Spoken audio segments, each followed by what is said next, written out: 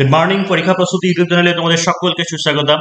WBPSI বা KPSI মেইনের জন্য যারা প্রিপারেশন করছো বা বোথ প্রিপারেশন করছো, পরীক্ষা প্রস্তুতি যেটা শুরু করেছে প্রতিদিন সকালবেলা, যে প্রিভিয়াস ইয়ারে মেনের যে সমস্ত কোশ্চেনগুলো আছে সেগুলো আলোচনা করা হচ্ছে।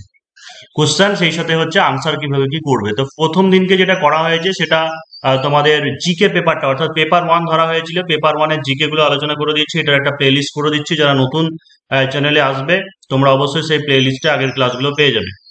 আর আজকে দেখো যে অ্যারিথমেটিক পার্টটা আজকে করাবো, পরের দিনকে রিজনিং করাবো, তারপরে বাংলা ইংরেজি করাবো, এইভাবে প্রতিদিন এক একটা টপিক।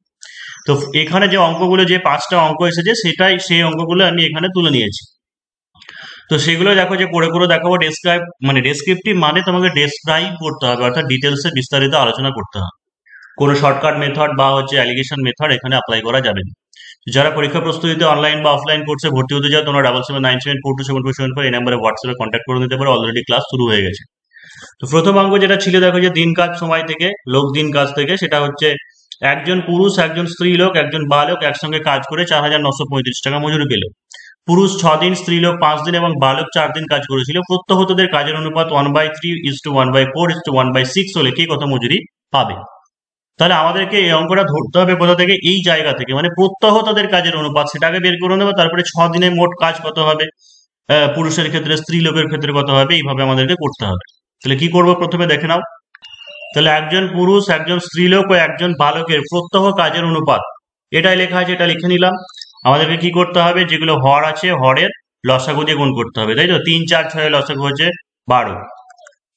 তাহলে প্রত্যেকটাকে 12 দিয়ে গুণ করে দাও এবং এখানে লিখেও দিও যে 3, 4, 6 এর লসাগু, 3, 4, 6 এর লসাগু সমান হচ্ছে 12। এই যে ডিজিট গুলো কাটছে 3, 4, 12, সেগুলো কেটে দেখাবার দরকার নেই, একদম ইকুয়াল টু দিয়ে 4:3:2 এরকম ভাবে লিখে দেবে। তাহলে এটা প্রত্যহ মানে একদিনে তাদের কাজ হলো। তাহলে পুরুষ 6 দিনে কত করবে, স্ত্রী লোক 5 দিনে কত করবে, সেগুলো আমরা বের করে নেবো। তাহলে কি করব, তাহলে একজন পুরুষ 6 দিনে মোট কাজ করে কত হবে, 4 কাজ করছে, মানে একদিনে 4 করছে, তাহলে 6 দিনে কত করবে, 4x6 সমান হচ্ছে 24। একজন স্ত্রীলোক 5 দিনে মোট কাজ কত করে, একদিনে করে স্ত্রীলোক 3, তাহলে কি হচ্ছে 5 দিনে কত করবে, 3x5 মানে হচ্ছে 15। একজন বালক কত কাজ করে, 2 দিনে, প্রত্যেক দিন 2 দিন কাজ করে, তাহলে 4 দিনে করবে, 4×2=8। তাহলে আমাদের কাজের মানে মোট কাজের অনুপাতটা বেরিয়ে গেল। তাহলে আবার আমাদেরকে কি করতে হবে, একজন পুরুষ, একজন স্ত্রীলোক এবং একজন বালকের মোট কাজের অনুপাত, 24:15:8। এবার এটাই তো মোট। দেখো আরেকবার অঙ্কতে নিয়ে যাচ্ছি, কি বলা আছে যে তাদের 4935 টাকা তারা মজুরি পায়, 4935 টাকা। তাহলে কাজের অনুপাতে কে কত টাকা মজুরি পাবে? ঠিক আছে, কাজের অনুপাতে কে কত টাকা মজুরি পাবে, এটা আমাদেরকে কি করতে হবে, আনুপাতিক ভাগাড় দিয়ে বের করতে হবে। তাহলে আনুপাতিক ভাগাড় দিয়ে যদি আমরা বের করি, তাহলে কি করব, যে এখানে অনুপাতের সমষ্টিটা আগে বের করে রাখো, তাহলে সুবিধা হবে। অনুপাতের সমষ্টি কি দাঁড়াচ্ছে, 24 প্লাস হচ্ছে 15 প্লাস হচ্ছে 8, মানে কত দাঁড়াচ্ছে, 24 8 32 আর 15 হচ্ছে 47। তাহলে 4935 টাকা মোট মজুরির কাজের অনুপাতে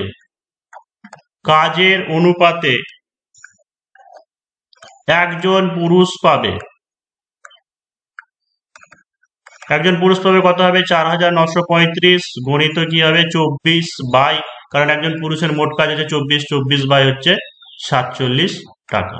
এটাকে যদি ক্যালকুলেশন করো, তাহলে ক্যালকুলেশন করলে দাঁড়াবে 2520 টাকা। ক্যালকুলেশন করে নাও, 2520 টাকা। এইখানে পাশেই সাইডে রাফ বলে টেনে নিয়ে করে নিতে পারো।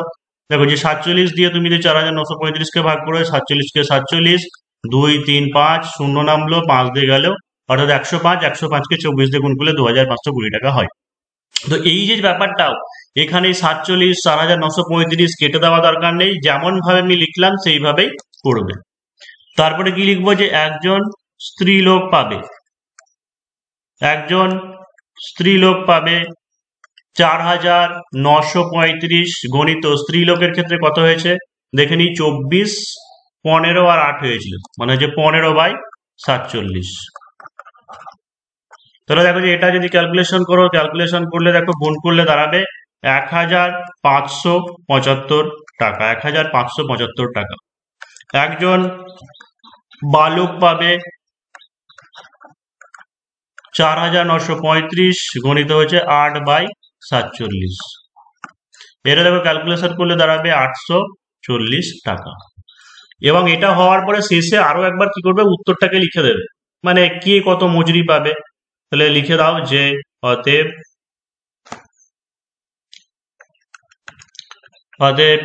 একজন লোক মোট মজুরি পাবে 2520 টাকা। একজন স্ত্রী লোক মোট মজুরি পাবে 1575 টাকা এবং একজন বালক মোট মজুরি পাবে 840 টাকা। দিয়ে এটা হচ্ছে উত্তর, উত্তর বলে লিখে দিও। ঠিক আছে, 1 নম্বর অঙ্ক হয়ে গেলে চলো আমরা এবার 2 নম্বর অঙ্কতে চলে যাই। পরের অঙ্ক যেটা পড়েছিলাম, পরের অঙ্কটা একটু বড় এবং ট্রিকি হতে পারে। একটি দ্রব্যের উৎপাদন ব্যয় দিয়ে ব্র্যাকেটে লেখা আছে মজুরি ও কাঁচামাল, মানে মজুরি কাঁচামাল দুটো মিলে উৎপাদন ব্যয় হচ্ছে। একটি দ্রব্যের উৎপাদন ব্যয়, তার জন্য যে কাঁচামাল লাগে তার মূল্যের 3 গুণ, অর্থাৎ কাঁচামাল যদি 1 টাকা লাগে উৎপাদন ব্যয় 3 টাকা লাগবে। তো কাঁচামালের দাম 5:12 অনুপাতে বৃদ্ধি পেলে এবং মজুরি 3:5 অনুপাতে বৃদ্ধি পেল। ওই দ্রব্যের পূর্বের উৎপাদন ব্যয় 810 টাকা। এখন দ্রব্যটি কত টাকায় বিক্রি করলে 25% লাভ হবে। দেখো এটা যারা প্রথম অঙ্কটা দেখছো, দেখলে পরে কেমন লাগবে হয়তো মাথা মুন্ডে কিছু খুঁজে পাবে না, কিন্তু আমি কেটে কেটে ভেঙে ভেঙে যখন করব আশা করি দেখো বুঝতে পারবে। তাহলে কোথা থেকে আমাদেরকে ধরতে হবে, দেখো এই যে অ্যামাউন্টটা আছে যে পূর্বের উৎপাদন ব্যয়, এইখান থেকে আমাদেরকে অঙ্কটাকে ধরতে হবে। ঠিক আছে, পূর্বের উৎপাদন ব্যয়। তাহলে কি হচ্ছে যে উৎপাদন ব্যয় 810 টাকা, বা এখানে পূর্বে লিখে রাখি যে পূর্বের উৎপাদন ব্যয় 810 টাকা। তাহলে প্রথমে এখানে কি লেখা আছে, উৎপাদন ব্যয়টা কাঁচামালের 3 গুণ, কাঁচামাল যা লাগে তার 3 গুণ, তার মানে কি কাঁচামাল 1/3 লাগবে। তাহলে কি করব যে কাঁচামাল ব্যয়, ঠিক আছে, বা কাঁচামালের জন্য খরচ, কাঁচামালের জন্য খরচ এটা কি হচ্ছে 810 কে কি করব 3 দিয়ে ভাগ করব, মানে হচ্ছে 270 টাকা। তাহলে দেখো যে উৎপাদন ব্যয়ের ভিতরে কি আছে, মজুরি ভরা আছে, কাঁচামাল ভরা আছে, তার মানে কাঁচামাল 270 বেরিয়ে গেল। তাহলে কি করতে হবে, মজুরি এখান থেকে বাদ দিলে আমরা পেয়ে যাব। তাহলে হচ্ছে মজুরি খরচ 810 বিয়োগ হচ্ছে 270 টাকা, কত হচ্ছে 7 আর 4 11 2 কে 3 5, মানে হচ্ছে 540 টাকা হলো।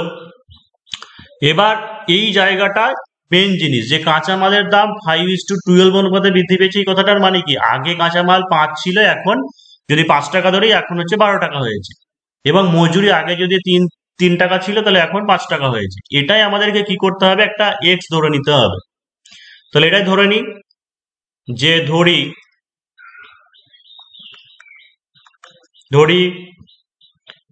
আগে কি দেওয়া আছে, প্রথমে কাঁচামালের দাম ধরি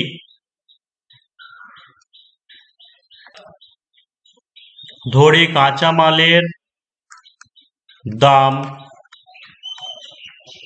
পূর্বে এবং বর্তমানে যথাক্রমে, পূর্বে এবং হচ্ছে বর্তমানে যথাক্রমে 5:12 দেওয়া আছে, মানে হচ্ছে 5x এবং হচ্ছে 12x। ঠিক আছে, 5x এবং হচ্ছে 12x। এবং আর একটা কি দেওয়া আছে, মজুরি যথাক্রমে 3:5 দেওয়া আছে, মানে এটাকে কি করব 3y এবং 5y হলো। তাহলে দেখো যে শর্তে আমাদের কি করতে হবে, দেখো যে বর্তমানের তো উৎপাদন ব্যয় আমরা পেয়ে গেছি, কাঁচামালের খরচও পেয়ে গেছি, মজুরি খরচ পেয়ে গেছি। তাহলে প্রথমটা আমরা কি লিখেছি, কাঁচামাল, তাই তো। অতীতে পূর্বে কি ছিল, মানে হচ্ছে বা হচ্ছে পূর্বে, অতীতে কেটে দাও, যে পূর্বে ছিল 5x। তার মানে কি করতে পারবো, যে এই মজুরি খরচ যে কাঁচামাল যেটা আছে যে 270, এটা মানে কি লিখতে পারবো, যে শর্তে 5x ইকুয়াল টু হচ্ছে 270, বা এখান থেকে দেখো এক্স এর মান কি পাবো, এক্স এর মান 270 বাই হচ্ছে 5, বা এক্স ইকুয়াল টু হচ্ছে 5 5 25 মানে হচ্ছে 54। আর আরেকটা জিনিস কি পাবো, যে মজুরি খরচ যেটা দেওয়া আছে, মজুরি খরচ হচ্ছে 540। তো এটাকে আমরা মজুরি খরচ কত দেওয়া হচ্ছে 3y। তাহলে আরেকটা কি হচ্ছে যে 3y ইকুয়াল টু 540, বা y ইকুয়াল টু কি হচ্ছে 540 বাই হচ্ছে 3, বা y ইকুয়াল টু হচ্ছে 180। তাহলে এক্স আর ওয়াই এর মান আমরা জেনে গেলাম। ঠিক আছে, এক্স আর ওয়াই এর মান আমরা জেনে গেলাম। আমাদের অঙ্কটা আরেকবার দেখিয়ে দিই কি লেখা আছে, যে ওই দ্রব্যের উৎপাদন ব্যয় 810 টাকা, তাহলে এখন দ্রব্যটি কত টাকায় বিক্রি করলে 25% লাভ, মানে এখন আমাকে দ্রব্যটার উৎপাদন ব্যয় বের করতে হবে। ঠিক আছে, পূর্বে তো 810 টাকা ছিল, কিন্তু এখন বৃদ্ধি পাওয়ার পরে এখন উৎপাদন ব্যয় কত হলো সেটা আমাকে বের করতে হবে। তাহলে কি করে পাবো, যে বর্তমানে বর্তমানে দ্রব্যটির উৎপাদন ব্যয় কত হবে, বর্তমানে দ্রব্যটির উৎপাদন ব্যয় কত হবে, এই যে যেটা আমরা ধরেছি এক্স আর ওয়াই, মানে কাঁচামালের দাম এখন বর্তমানে হচ্ছে 12x, আর মজুরি হচ্ছে 5y, মানে 12x প্লাস হচ্ছে 5y। বর্তমানে দ্রব্যটির উৎপাদন ব্যয় তাহলে কত হচ্ছে 12x প্লাস 5y। এবার এই জায়গাতে এক্স এর মানটাকে বসিয়ে দাও, মানে 12 ইন্টু 54 প্লাস 5 ইন্টু 180। ঠিক আছে, এটাকে ক্যালকুলেশন করে বসিয়ে দাও। তাহলে ক্যালকুলেশন করলে দাঁড়াবে, দেখো 9×1548 টাকা, 1548 টাকা। এবার এখানে কি বলছে, যে দ্রব্যটি কত দামে বিক্রি করলে 25% লাভ হবে, দ্রব্যটি কত দামে বিক্রি করলে 25% লাভ হবে এখানে লেখা আছে। তার মানে 100 টাকা যদি ক্রয় মূল্য হয় বা উৎপাদন ব্যয় হয়, তাহলে লাভ করতে হলে 125 টাকায় বিক্রি করতে হবে। ঠিক আছে, তাই এটা আমরা কি লিখবো, যে 25% লাভ করতে হলে কি হচ্ছে, যে উৎপাদন ব্যয় 100 টাকা হলে, বিক্রয় মূল্য 125 টাকা, আর উৎপাদন ব্যয় 1 টাকা হলে বিক্রয় মূল্য হচ্ছে 125 বাই হচ্ছে 100 টাকা, আর উৎপাদন ব্যয় 1548 টাকা হলে বিক্রয় মূল্য কত হবে। ঠিক আছে, এটা ক্যালকুলেশন আমি এখানে এখন দাগ টেনে করছি, অন্য জায়গায় ক্যালকুলেশন করে নিতে পারো। ঠিক আছে, কিন্তু ওখানে কাটাকুটি না করাটাই বেশি ভালো হবে। 25 দিয়ে কাটলে 5, এটা হচ্ছে 4, এটা যদি কেটে দাও তাহলে কত দাঁড়াচ্ছে, 3 4 12, 3 4 8 32, 4 7 28, তো হচ্ছে 1935, 1935 টাকা, 1935 টাকা। তাহলে উত্তরটা আরেকবার শেষে লিখে দিতে হবে, কি জানতে চেয়েছে, যে ওই দ্রব্যটি কত টাকায় বিক্রি করলে 25% লাভ হবে। তাহলে অতএব দ্রব্যটি 1935 টাকায় বিক্রি করলে 25% লাভ হবে। হয়ে গেল, উত্তর বলে লিখে দেবে। তাহলে আমাদের দুটো অঙ্ক হয়ে গেল। নেক্সট অঙ্ক, ভিডিওটা একটু বড় হতে পারে কারণ ম্যাথ তো সব লিখে লিখে করতে হচ্ছে, সেই কারণে একটু বড় হচ্ছে। তবে ধৈর্য ধরে করলে অবশ্যই তোমাদের, মানে দেখলে পরে অবশ্যই তোমাদের কাজে লাগবে।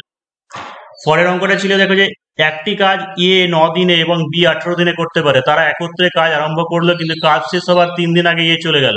ওই কাজটি শেষ হতে কতদিন সময় হয়েছিল বা কতদিনে শেষ হয়েছিল। তার মানে এই জায়গাতে কি হচ্ছে, আমরা যদি এক্স দিন ধরে নিই, মানে ধরি কাজটি শেষ হয়েছিল এক্স দিনে।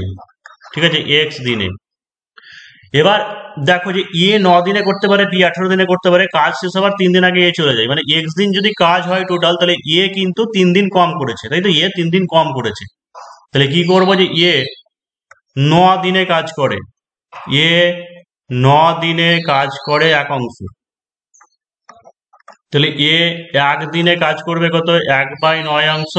আর কি বললাম, যে ও 3 দিন আগে চলে যায়, মানে এক্স মাইনাস 3 দিনে কত কাজ করবে, এক্স মাইনাস 3 বাই হচ্ছে 9 অংশ। আর বি করে নিই, যে বি 18 দিনে করতে পারে, তাই তো, বি 18 দিনে করতে পারে, বি এক্স দিনই ছিল, তাহলে বি 18 দিনে কাজ করে, 18 দিনে কাজ করে এক অংশ, 1 দিনে কাজ করবে 1/18 অংশ, আর হচ্ছে এক্স দিনে কাজ করবে এক্স বাই 18 অংশ। তাহলে শর্তে কি বলতে পারবো যে এর এক্স মাইনাস 3 দিনের কাজ হচ্ছে এক্স মাইনাস 3 বাই হচ্ছে 9, আর বি এর হচ্ছে এক্স বাই 18, এটা সমানই কি এক অংশ। এখানে লিখে দেবে যে মোট কাজ এক অংশ ধরে। তাহলে এখানে আবার ক্যালকুলেশন করো যে 9 দুগুণে 18, তাই তো, মানে হচ্ছে 2x মাইনাস 6 প্লাস হচ্ছে x ইকুয়াল টু 1, বা 3x মাইনাস 6 ইকুয়াল টু হচ্ছে 18, বা 3x ইকুয়াল টু হচ্ছে 18 প্লাস 6, বা x ইকুয়াল টু হচ্ছে 24/3, বা x ইকুয়াল টু হচ্ছে 8। তাহলে x এর মান 8 বেরিয়ে গেল, অর্থাৎ কাজটি শেষ হয়েছিল 8 দিনে। ঠিক আছে, অতএব কাজটি শেষ হয়েছিল 8 দিনে।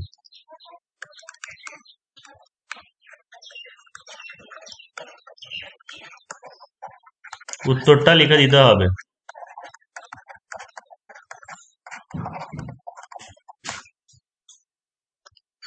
দেখো তারপরটা কি আছে, যে সিম্পল ইন্টারেস্ট থেকে অঙ্ক ছিল যে কোনো মূলধনের বার্ষিক 5% হারে 1 বছর 9 মাসে যে সুদ হয়, ওই মূলধনের বার্ষিক 9/2% হারে 2 বছর 4 মাসে তার থেকে 63 টাকা বেশি সুদ হয়, তাহলে মূলধনের পরিমাণ কত হবে। এই অঙ্কর ক্ষেত্রে কিন্তু আমরা যে সূত্র ব্যবহার করি যে I সমান PTR/100, এরকম ভাবে আগে সূত্রটা কোথা থেকে এলো বা কেমন ভাবে সেটা বলে দেওয়া বেশি ভালো। যে 100 টাকার 1 বছরের সুদ 8 টাকা হলে P টাকা T বছরের সুদ I সমান PTR/100, তাহলে কোনো সমস্যা থাকবে না। তাহলে দুটো কেস আছে, একবার হচ্ছে 5% হারে 1 বছর 9 মাসের, আর একটা হচ্ছে 9/2% হারে 2 বছর 4 মাসের।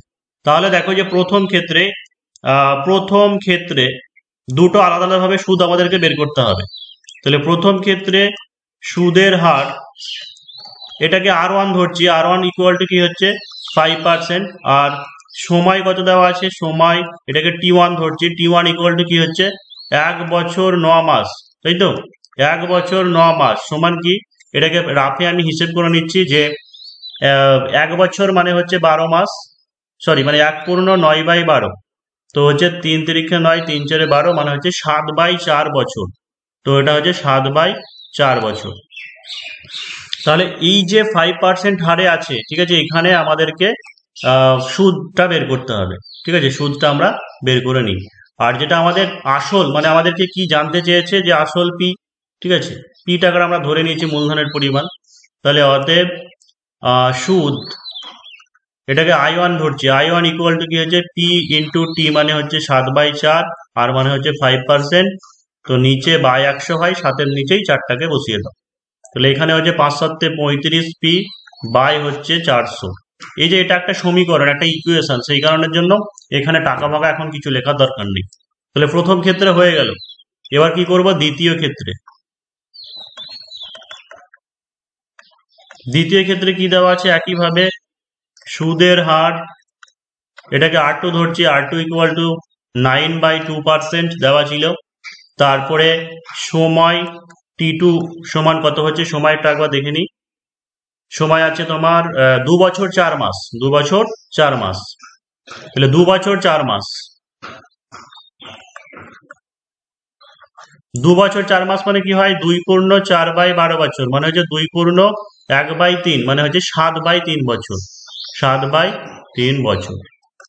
তাহলে দ্বিতীয় ক্ষেত্রে সুদ I2 ইকুয়াল টু কি হচ্ছে, যে পি ইন্টু টি, মানে হচ্ছে 7/3, আর মানে হচ্ছে 9/2, তো কি করব, 100 ইন্টু 7-এর নিচে 3 বসিয়ে দাও, 9-এর নিচে 2 বসিয়ে দাও।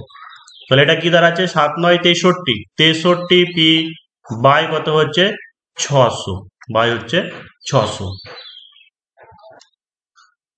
তাহলে শর্তে কি করব, আর একবার আমরা অঙ্কটা দেখে নিই, চলো কি লেখা আছে।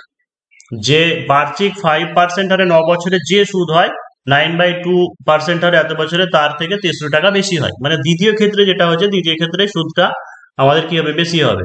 তাই শর্তে কি করবো, যে সুদ মানে I2 মাইনাস I1, এটা ইকুয়াল টু হচ্ছে 63, এটা লিখতে পারো, বা ডিরেক্ট এই 63 পি 63 পি বাই হচ্ছে 600 মাইনাস ওটা কত হয়েছিল জানো,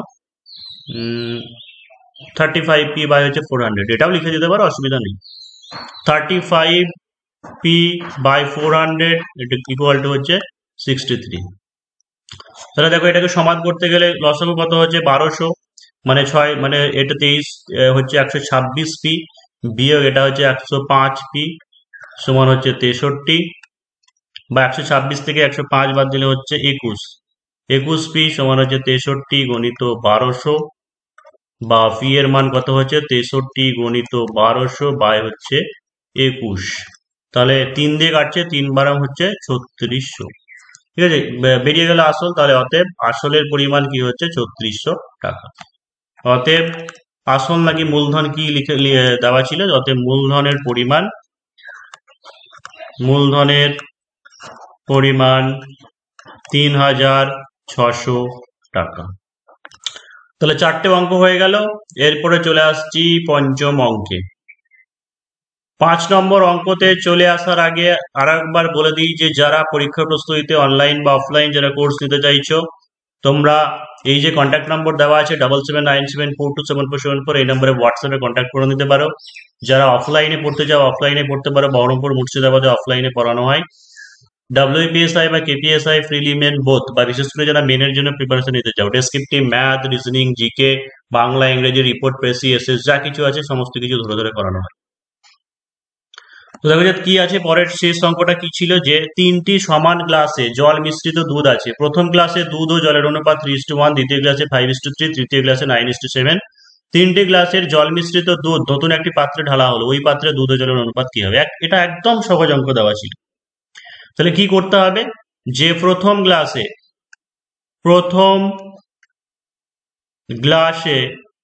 দুধ অনুপাত জল 3:1। তাহলে প্রথম গ্লাসে দুধ কত হচ্ছে, দুধ হচ্ছে 3/4 অংশ, জল কত হচ্ছে, জল সমান হচ্ছে 1/4 অংশ। এইভাবে তোমাকে দ্বিতীয় তৃতীয় সবগুলো এইভাবে একইভাবেই লিখতে হবে। যে দ্বিতীয় গ্লাসে দুধ অনুপাত জল কত দেখলাম জানো, 5:3 আর হচ্ছে 9:7, 5:3। তাহলে দুধ কত হচ্ছে দ্বিতীয় গ্লাসে 5/8 8 অংশ, আর জল হচ্ছে 3/8 অংশ। তৃতীয় গ্লাসে দুধ অনুপাত জল সমান কত দেখলাম 9:7, সম্ভবত 9:7। তাহলে তৃতীয় গ্লাসে দুধ সমান 9/16, জল সমান হচ্ছে 7/16। এবার কি বলছে, এই 3টে পাত্রে দুধ কি হবে, একসঙ্গে এক জায়গাতে ঢালা হবে মিশ্রণকে। ঠিক আছে, মানে হচ্ছে 3টে গ্লাসের জল মিশ্রিত দুধ একটি পাত্রে ঢালা হলো। তাহলে দুধ দুধ যোগ হয়ে যাবে, জল জল যোগ হয়ে যাবে। তাহলে কি লিখবো, যে 3টি গ্লাসের দুধ জল একটি পাত্রে ঢাললে মোট দুধ হবে কত? প্রথম পাত্রে দুধ কত ছিল, 3/4, 5/8, 9/16। 3/4 প্লাস 9/8 প্লাস 3/4, 5/8, 9/16, 5/8, 9/16। 16 লসাগু হবে, 4×4 16, মানে হচ্ছে 12 যোগ 10 যোগ 9, 12 10 22, আর 9 হচ্ছে 31/16 অংশ। মোট দুধ হয়ে গেল। এবার হচ্ছে মোট জলটাকে যোগ করতে হবে। মোট জলের পরিমাণটা একবার দেখে নিই। এই ডেসক্রিপটিভ অঙ্ক করতে গেলে এই একটা সমস্যা, যে দেখতে পাওয়া যায় না। 1/4, 3/8 আর আছে 7/16। 1/4, 3/8 আর হচ্ছে 7/16। এখানে 16 লসাগু, মানে হচ্ছে 4 যোগ 6 যোগ 7, 6 10 এর সাথে 17 হচ্ছে 16 অংশ। তাহলে লাস্ট লাইন আর একটা লিখে দিতে হবে, অতএব দুধ অনুপাত জল সমান 31/16 অনুপাত 17/16। 16 16 16 কেটে যাবে, অর্থাৎ হচ্ছে 31:17। এটা হচ্ছে উত্তর। তাহলে প্রিভিয়াস ইয়ারের আজকে ম্যাথামেটিক্স এরও তোমাদের প্রথম দিন কি আজকে পার্ট 2, মানে ডেসক্রিপটিভ যে প্রিভিয়াস ইয়ার আলোচনা করছি, আজকে হচ্ছে পার্ট 2 ক্লাস, অর্থাৎ প্রথম দিনকে জিকে আলোচনা করে দিয়েছিলাম, আজকে ম্যাথ আলোচনা করে দিলাম। যারা চ্যানেলে নতুন আছে অবশ্যই সাবস্ক্রাইব করে রাখতে পারো। আর পরের দিনকে নেক্সট দিনকে তোমাদেরকে রিজনিং যেটা এসেছিল রিজনিং গুলো কিভাবে কি করতে হবে আলোচনা করবো।